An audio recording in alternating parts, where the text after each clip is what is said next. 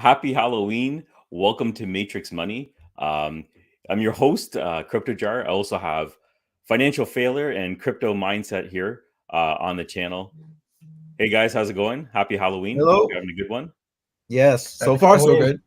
You guys, your candy ready for the trick or treaters and all the fun stuff heading to go? Yes, Yeah, yes. yeah. All right, good Got my stuff. outfit ready too. Yeah. I'm Yeah. usually Batman every year, and my Oh, daughter there you asked go. me not to be Batman this year, so I just picked up one of those purge masks, and I think that's the way I'm rolling this year. And then she'll be asking you to be Batman. Yeah. Yeah, it'll be embarrassing enough, and then I'll be back to Batman. I just reuse the same thing for like the last 15 years, so it's okay. There you go. Oh, nice.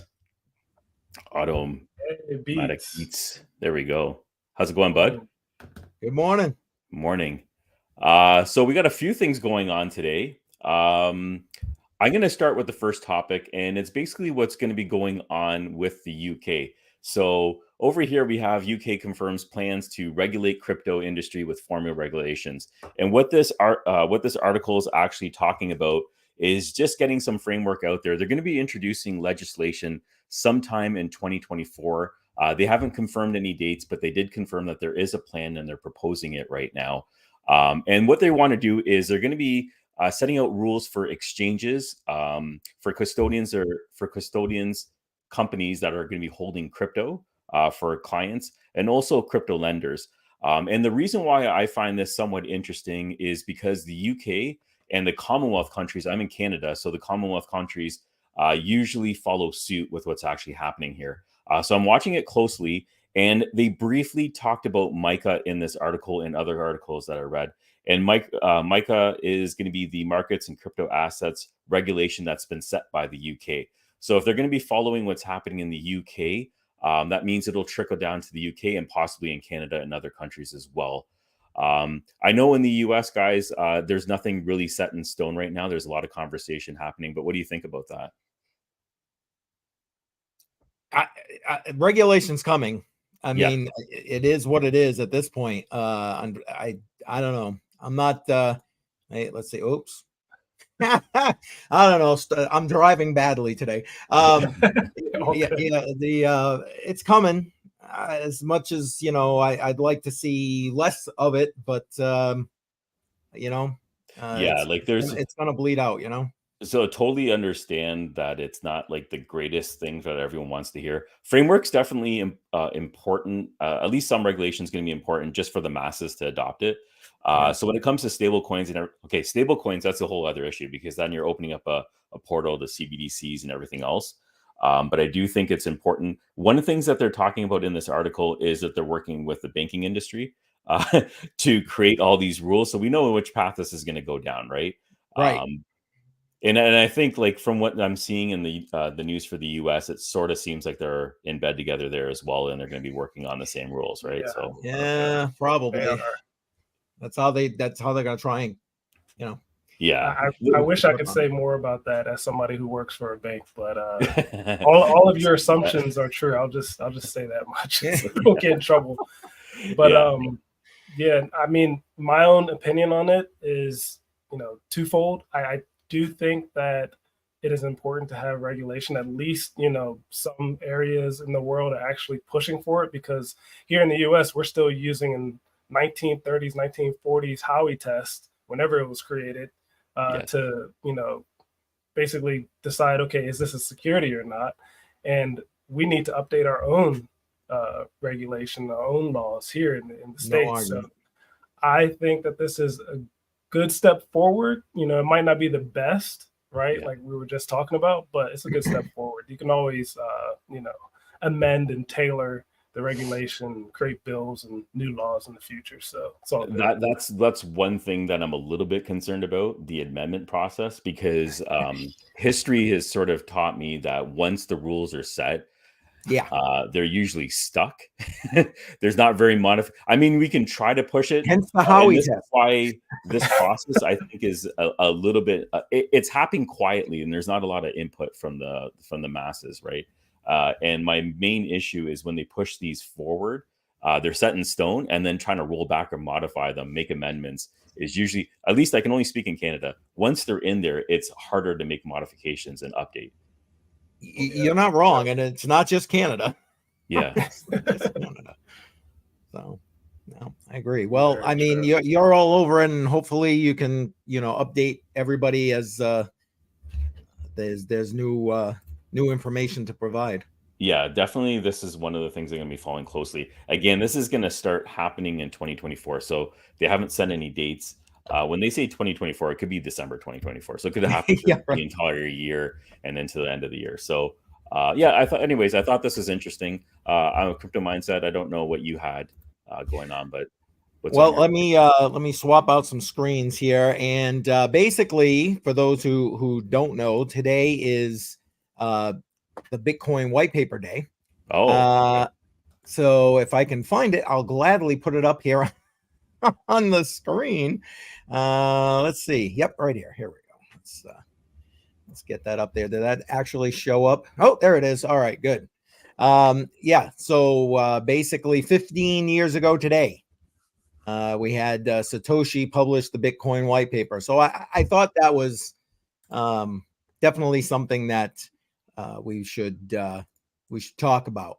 So so the white paper day. Now, that's interesting that you're talking about this, because I just saw that Satoshi's X account was activated and he started tweeting. I don't know. Do you guys know anything about the history behind that account? Because apparently it's not the real Satoshi Nakamoto. It's some other dude that's pretty shady. That's just putting messages out there.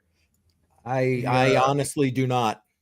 So what I heard, now don't quote me on this, is that if you're familiar with Craig Wright, the creator of BSV, I think because of the cases that he won to basically control the name of Satoshi Nakamoto for whatever reason, he was also possibly granted access to that account. So I don't think it's the actual Satoshi. I think it's possibly Craig Wright that's posting stuff there. So, I mean, don't be surprised to see some BSV stuff posted from there in the future. But again, don't quote me. His name's come up quite a bit. Wait. Let me put it up here. Where's the banner? Here we go. So, financial advice. I mean, exactly. That's not financial advice. That's just me, theories, conspiracy theories. We're just putting it out. I'm sorry, I don't have it. Don't listen to me. It's not financial. You need one. Don't listen to me. That's funny. That's funny.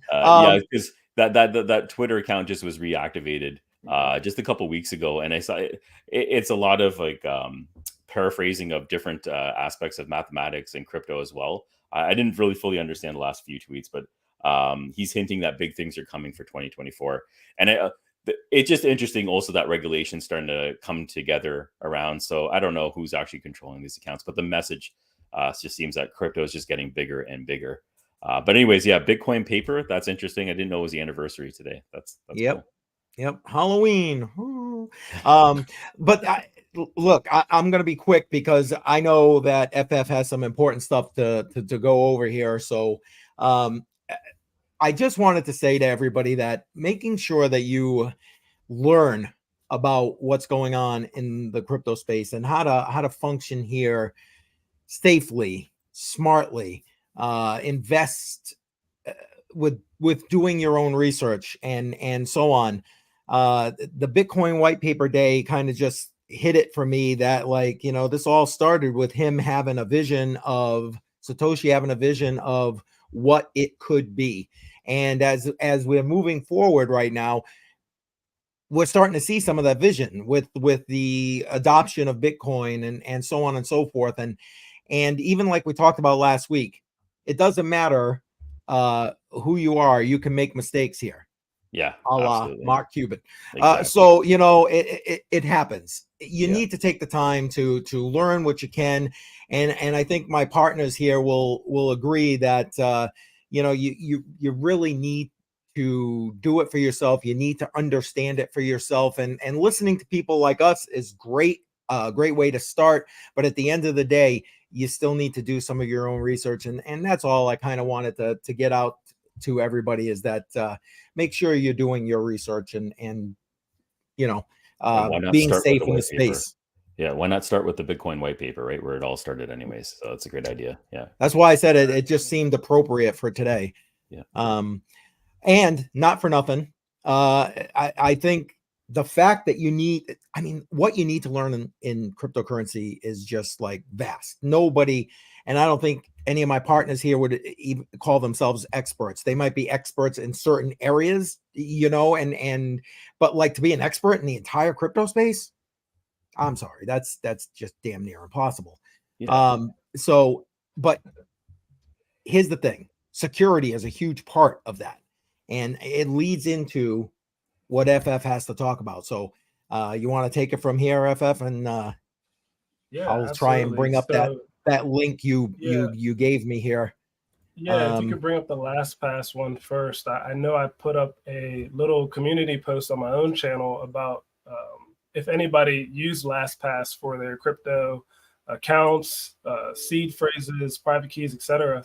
And I'm happy to say that 100% of people said no. So that's good to hear. One, I think that's great to hear that the community is already aware of, not always putting their trust 100% in these third parties, because again, it's very similar to like the exchanges that we talked about last week. An exchange is just a third party that you are trusting with your coins. It's the same thing with LastPass. So with this LastPass breach that actually happened, I believe like a year or two ago, or it was a while ago. It wasn't recent. Yeah. A lot of those credentials, those private keys, according to Zach XBT, who is a security researcher on Twitter, he does a lot in the crypto community. So I'm not taking any credit for this. This is just based off of his tweet and his research. But on October 25th, it looked like $4.4 million worth of crypto assets were stolen because of that LastPass breach. So, again, I don't know how many times I can reiterate this, but when it comes to third parties, if you put your trust in them, you might get effed. That's why I say, hey, I'm financial failure, whatever, because these things happened to me before, and I don't want you all to make the same mistakes. So I do recommend this. Again, not financial advice. This is more security advice, that you keep your private keys either written down on paper. Try not to save them on like some sort of document that's going to be uploaded onto the cloud, because again, cloud is third party as well. Right. Give it some time in the future where maybe Microsoft Azure or AWS or something like that gets some sort of breach, and the next thing you know, your keys are stolen. So keep it to you, either in your hardware wallet that a lot of people preach, or write it down on paper and then hide that paper, because I don't even trust the people in my own house. So yeah, just when it comes to that, be extra careful. If you don't mind bringing up the ether hiding as well. I think the LastPass one is extremely simple for people to digest. This one is actually extremely simple too. I'm just gonna get the high level overview of the ether hiding. Whoops. But, no, you're fine. I can do some explanation. No. I'm not sure which one. Oh, I think I brought up the wrong one. I had found one, and I think I brought that one up instead of yours. Sorry. Oh, this is fine. It doesn't matter. A lot of people have been reporting on this. Really, what ether hiding is basically embedding your normal Web 2, quote unquote Web 2 code into Web 3 smart contracts. And Ethereum is not even related in this. The only reason why they call it ether hiding is because of if you know about Binance Smart Chain, they're basically like a fork of Ethereum. That's why you're able to, on your MetaMask, basically just change the RPC and everything else like that. And it's very, very simple to, use these other sort of Ethereum-like layer ones. But anyways, it's called ether hiding.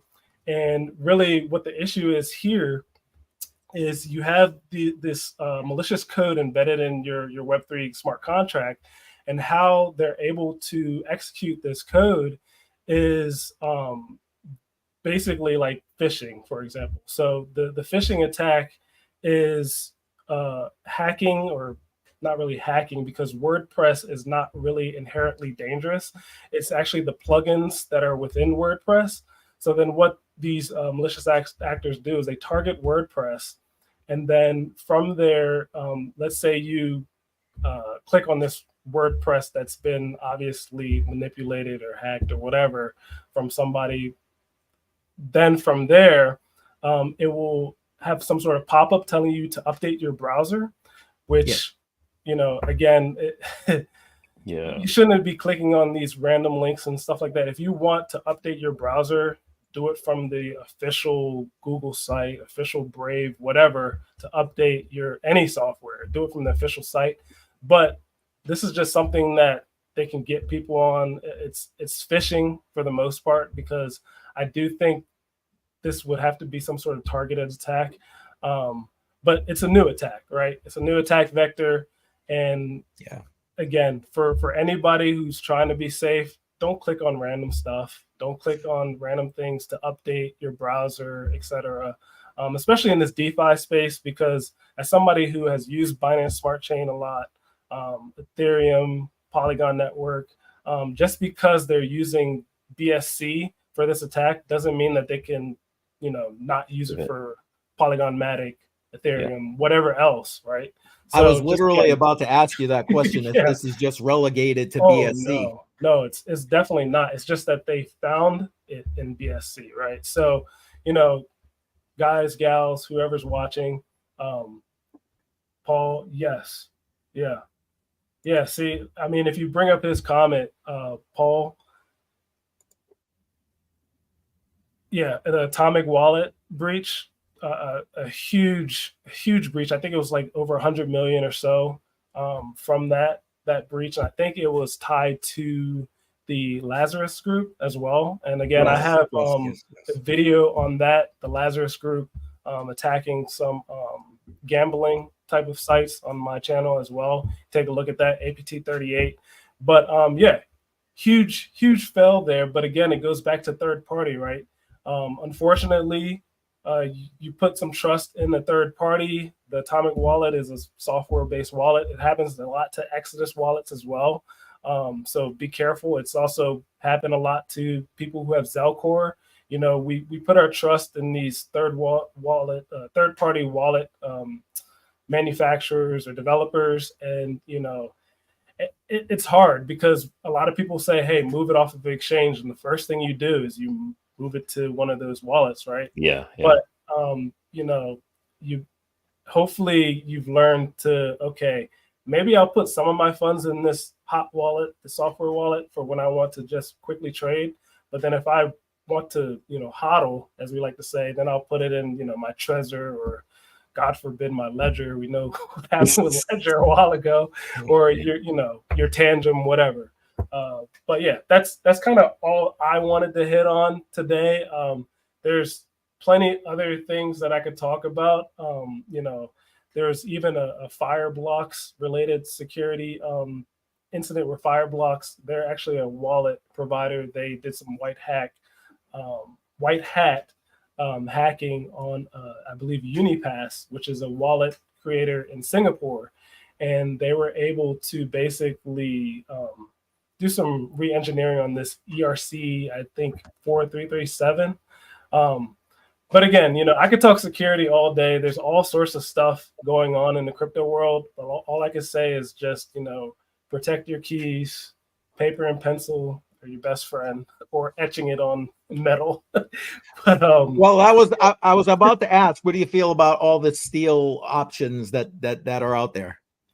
All of these stealing options? No, steal, like they've got the like Ledger has the I personally use it myself. I order these steel 24 phrased pre-etched with like 1 through 24 sheets of metal on Amazon. Yep. I have an etching device, and I etch everything on there. I mean, even if it's I don't know how long the characters are right now. It's a 64 or 32. bit long string. I'll, even if that's for my private key or whatever, I'll etch that on there too. I'll etch it on the back, and then I'll store it somewhere. You're not going to know where, but that's what I do. And again, I recommend it because, you know, it's literally every single month it's some new third party that's getting breached, and then your ish is gone. Yeah. That, And that's sort of like one of the biggest opportunities right now, is to create a wallet for the masses to use. That's not so complicated. Like, I know we have to use these passphrases, but then you run into the issue of storing it. And you're talking about metal plates, which is durable and everything else, but where are you going to store these metal plates? And then if someone finds it, and I don't know, it opens up a whole wormhole of just keeping your crypto secure. I kind of always thought that was going to be a little bit difficult. Like when I first got into crypto, just understanding the concept of a wallet itself and the seed phrase. I'm like, what are you talking about seed phrase? Like, what's a 24 words? How am I going to remember 24 words? I thought it was a password. So I was just typing in a password, wasn't accepting it. I think that's just a huge hurdle just in general, is how do we get this thing simplified so the masses can use it and understand it? It's kind of complicated, I think, just in general, but once you understand it, you can start going through it. And then you run into this other issue that you're talking about, which is hard wallets or cold storage, and then software wallets. These software wallets are constantly being compromised. But if you want to do anything, if you want to log into a website and you want to use a Web3 way to connect to a DApp, you have to use a MetaMask wallet or an Exodus wallet or a Trust wallet or something like that. Yeah, security is number one. My website was actually breached and it had a malicious code injected. I don't even know how, but it was exactly what you're talking about. It was a WordPress plugin. So I had to go through the whole thing, wipe it all out, clean it, and then get it back up. And I still don't understand how they entered into the site. So just getting around, they're always one step ahead, and just trying to get security in place it's a constant battle.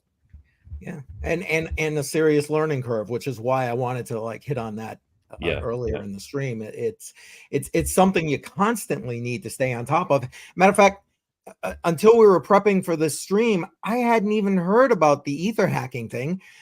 You know, it literally like just, and I'm in this space like hours a day, every day, and I still missed it. So it's not, it's a lot. Constantly happening. Responding to people in the chat here. So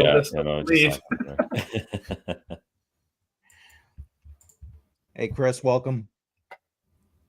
Yeah. I mean, it's something that I'm glad that us as the community, crypto community as a whole, we're learning. We're not making these same mistakes over again, because, you know, I forgot what the phrase is called, but if you make the same mistake over and over again, that's the definition of insanity or something like that, right? Yeah. So you got that right. I'm really happy that people are learning. I'm really happy that my community post was 100% no, I don't use this for my keys like that.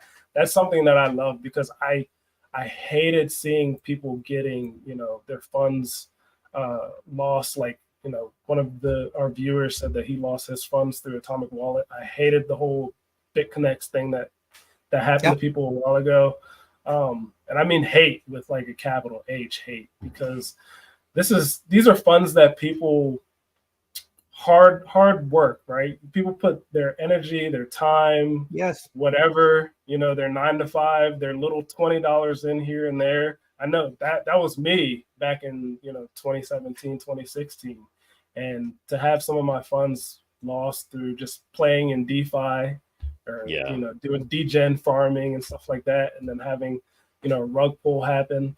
That's why I kind of want to force security on people. And I'm just, again, happy that people are learning. So I just wanted to say definitely that. True. Definitely true. Yeah. Especially like if you're just I was just going to say, if you're experimenting, like you're talking about when I first got in, $20, $30, whatever, if that gets wiped out, extremely discouraging. All of a sudden now you want nothing to do with crypto, and you lose out on all the benefits of what it actually had to offer. So just getting past those little hurdles, right? It's just agonizing. Yeah. And it doesn't even, let's be honest, it doesn't even have to be losing the money. I've got some family who watched another member of the family get into Bitcoin. Unfortunately, he got into Bitcoin close to the top of the last bull run. And what happened? Like 85% drawback, right? And they are, anytime he even mentions like Bitcoin or cryptocurrency, they want to castrate him because he's like, you lost all our money and blah, blah, blah, blah, blah, blah, blah, because they don't get it. You know what I'm saying? They don't get it. So it doesn't even need to be as extreme as like BitConnect, for example. But yeah, even just the normal volatility here, not for nothing. FF, I was going to ask you a quick question. With regard to like we just talked about LastPass, do you recommend is probably the better phrase, any of these password managers at all? Me personally, no. When these sort of password managers were extremely publicized by a lot of YouTubers, I'm not going to tell you their names. They weren't crypto YouTubers, thankfully, but they were like tech YouTubers really pushing LastPass and other sort of password managers as, this is a better security for you, so you don't, forget your password or write it down somewhere where somebody could take it. And I was like listening to these guys like, really, you're gonna put your trust in some third party? And then God forbid LastPass got hacked, and I wanted to say I told you so, but like at the same time I was like, no, like these people lost their, banking accounts, not just like crypto accounts, right? So like you don't want to, do that whole, oh, I told you so sort of thing when people are losing money and losing their accounts, right? So no, I can't recommend it. Again, it goes back to just paper and pencil. Maybe pen if you don't want to erase it. I don't know if you can see that. Yeah, I can see that. Yeah, there you go. What do you think about that? YubiKeys for like MFA you're talking about, or just in general? Yep. Yeah. MFA absolutely. For different sites and stuff. Yep. Yeah, YubiKeys are great. I totally recommend that. I actually recommend that over Google Authenticator.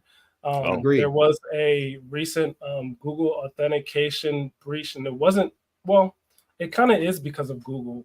If you look it up, it was Okta related as well. And it's because Google syncs your keys over to the cloud. Actually, I got to go soon, guys. I got a meeting. But I just want to explain this really quick.